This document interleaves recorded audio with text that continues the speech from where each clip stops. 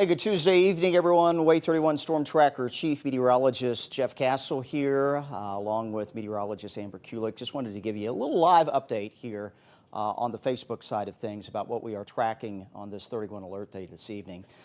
Fortunately, there's not been any severe weather yet, but there has been lots and lots of wind, and that's going to continue, I believe, to be the main concern that we're going to have heading on into the next few hours. Most of this should be over and done with, I think, by 11 o'clock tonight. But just wanted to give you a little quick update here about what we are tracking at this point in time. If you got some questions, you can leave those in the comment. I'll try to answer those before we wrap things up. Not going to be on here for a long period of time, but just wanted to give you kind of an updated look as to what we are dealing with this evening here across the Tennessee Valley. And again, the good news is it looks like severe weather potential overall is going to remain fairly low, but these strong wind gusts, they are going to remain. So let me show you what we have going on radar right now. Let me zoom out the view here and we'll show you the bigger picture. You know, we've had a good bit of rain that's already come on through. That has now basically spread across North Alabama. The main thing that I'm watching here for the next few hours, and we talked about this, if you watch the news 4, 5, and 6, I mentioned there likely would be a very skinny line of heavier rain or thunderstorm activity that would be coming on through, and that would have the potential to give us that severe weather threat, particularly some higher wind gusts over and above what we've already seen out there today. And that indeed has come to pass. Narrow little line of, I don't even want to say thunderstorm activity because there hasn't been any lightning that's occurred with this, at least any cloud to ground lightning.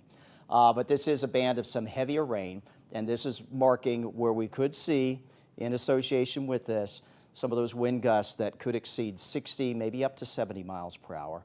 We've already had fairly common 30 to 50 mile per hour wind gusts, and there have been a few reports of some winds that have gusted upwards of 55, 56 miles per hour. But if we are going to get some stronger wind, it is going to be in association with this little line coming through. Once this passes, that threat for that sort of extreme wind will come to an end. Still, it's a little breezy back behind in some of this rain that you see back across Lauderdale, Colbert, Franklin County.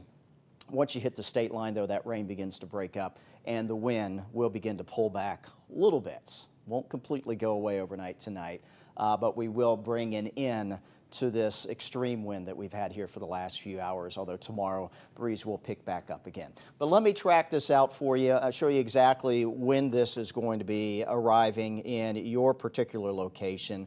And again, just tracking this whole little line. If we are going to get some strong wind, again, upwards of 60, 70 miles per hour, it is going to come in the vicinity of this narrow line of heavier downpours coming on through. This is where we have the potential to tap in to some stronger wind a few thousand feet above our heads. Coming into Decatur, about 30, 35 minutes or so. Moulton, knocking on the door right now. You'll pick up the rainfall and again, perhaps pick up the wind. 903 for Madison. 920 in Huntsville, that's downtown Huntsville. Of course, it'll hit the west side of town first. Gunnersville, the skinny line will be coming in around 942. Scottsboro around 1013. Fort Payne around 1039. And I'm still anticipating that by the time we get to about 11 o'clock this evening, this will be crossing the state line on into Georgia, and we'll be done with any potential for severe weather. And even the strong wind gusts that have preceded this will start to slacken up considerably as we take you on through the rest of tonight. So just hang on. We've got, you know, another 3 hours or so that we're going to have to at least be monitoring for some stronger wind out of this, and then we will get some improvement. We've not seen any severe weather materialize. There are no severe weather watches in place. There was talk about a severe thunderstorm watch being issued for parts of North Alabama. They've decided to scrub that for the time being. And again, we've not had any actual severe weather that has developed along this line as it has been moving on through. So that is a positive that has indeed been the case. Also along this line, you know, we talked about brief spin up type of tornado. If that were to happen, it would be along this, but I think the chance for that is going to remain pretty low. Now, again, there could be some locally stronger wind along that line, but out ahead of it, I mean, we continue. Look at that. Decatur, last update, 55 mile per hour wind gusts. That's at Pryor Field. just north of Decatur and south of Athens. 48-mile-per-hour wind gusts most recently reported there in Lawrenceburg, Tennessee. So again, at times, we're getting winds not associated necessarily with thunderstorm activity that are around 50 miles per hour or even a little bit higher than that. Latest gust in Huntsville, 39, did see a gust as high as 49 about an hour or so ago. Over here into Sand Mountain right now, the winds are gusting around 30, 35 miles per hour. But again, entirely possible that as we take you through the next couple of hours, some of these higher winds around 65 and westward may make their way into the northeast corner of the state, so we could easily start to see some gusts, maybe 40 and upwards of 50 miles per hour. So we will continue to keep an eye on that. That is likely going to be of greatest impact as we take you through the next few hours, just these, what we call the gradient wind. These are not associated with severe thunderstorms coming on through. It is just a very, very powerful storm system, a strong area low pressure passing to our northwest that is generating the strong wind that we have out there. So the primary impacts from that alone are going to be a couple things. Some trees down. We've had reports of that here and there.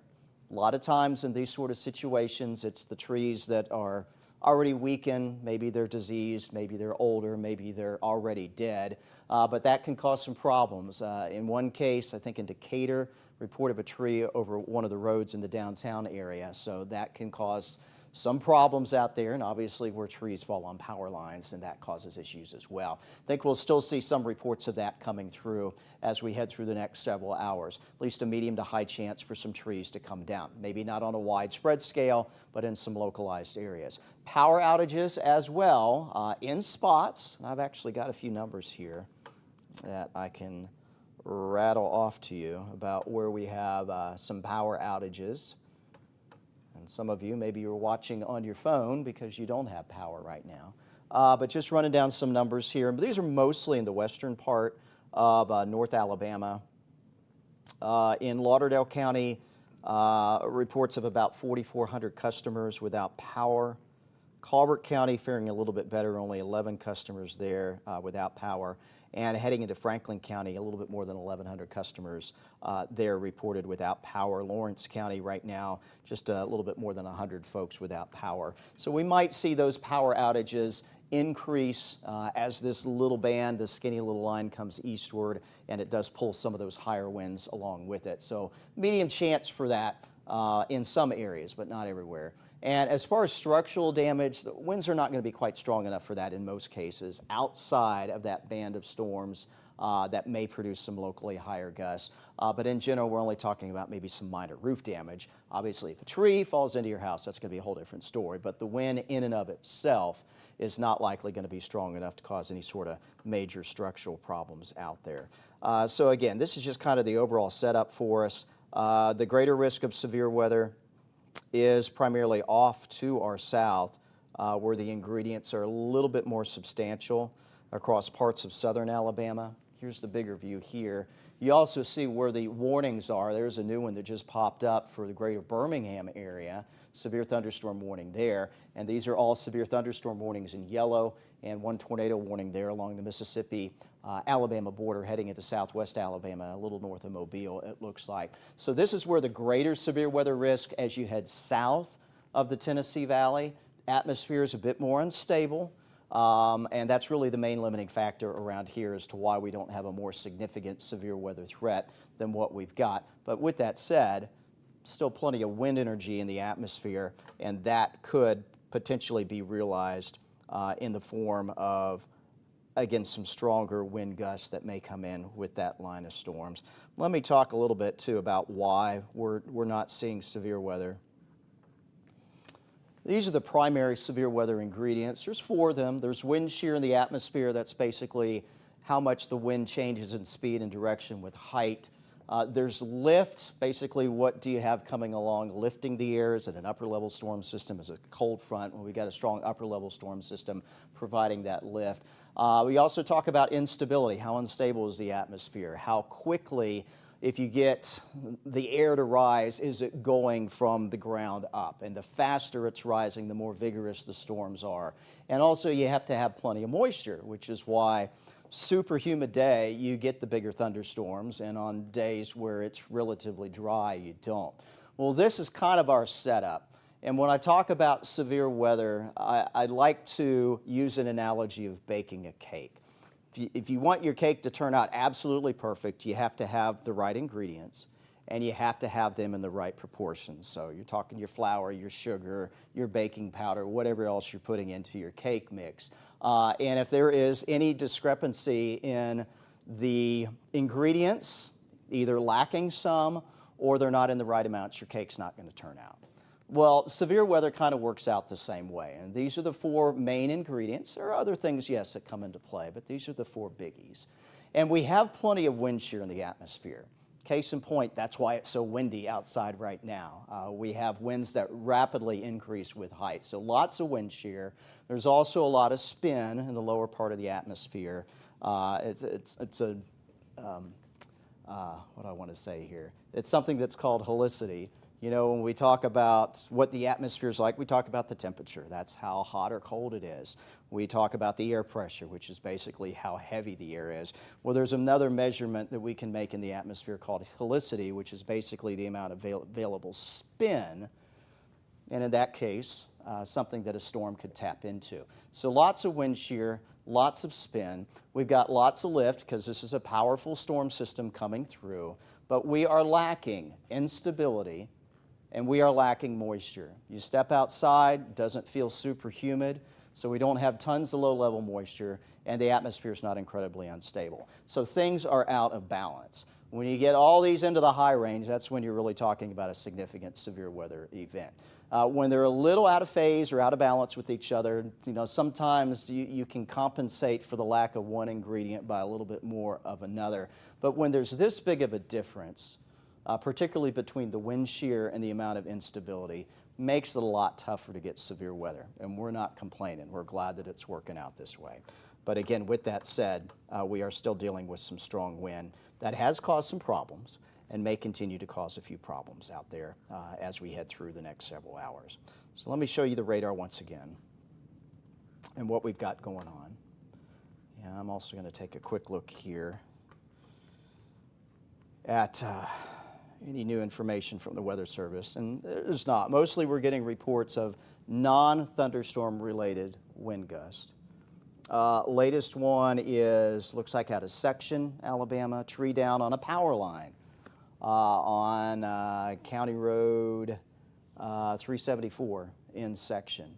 So again, that's going to be the main thing that we're going to be dealing with out of these basically areas of wind and showers that are coming on through here this evening. Another look at the radar. Again, we got plenty of rain. Within this rain, we're talking winds 30, 40, 50 mile per hour gust. Along this skinny little line of heavier downpours, that's where we may tap into some stronger wind a few thousand feet above our head. So as this continues to come through, there's at least some potential that in some localized areas, we could see some winds 60, 70 miles per hour. Haven't had that happen yet, and hopefully that'll continue to be the case. But again, if it is going to happen, it will be along this line. Let me take a look here at Facebook and just see if we have any questions about anything that I haven't covered. Let's see, Travis watching from Florence. There's a lot of people saying thank you. Someone wanted to know about Moulton. Right now, Moulton, worst is coming through. Again, once this skinny little line passes through, I think that pretty well shuts down the possibility that you're going to get some of that 60, 70 mile per hour wind. Still windy back behind, but not nearly to that degree. And again, no guarantee that this is going to produce that sort of wind, as we've not seen reports of that thus far, and I hope it remains that way.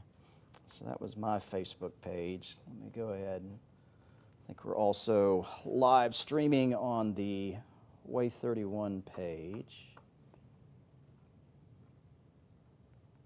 Yeah, let me just take a quick look here at the comments, see what we got. And just some specifics here. I'll track this out again. Just some specific questions about Fayetteville, Elkmont. Michelle saying very windy in Tony. And then Savannah wanting to know, so we should be safe tonight.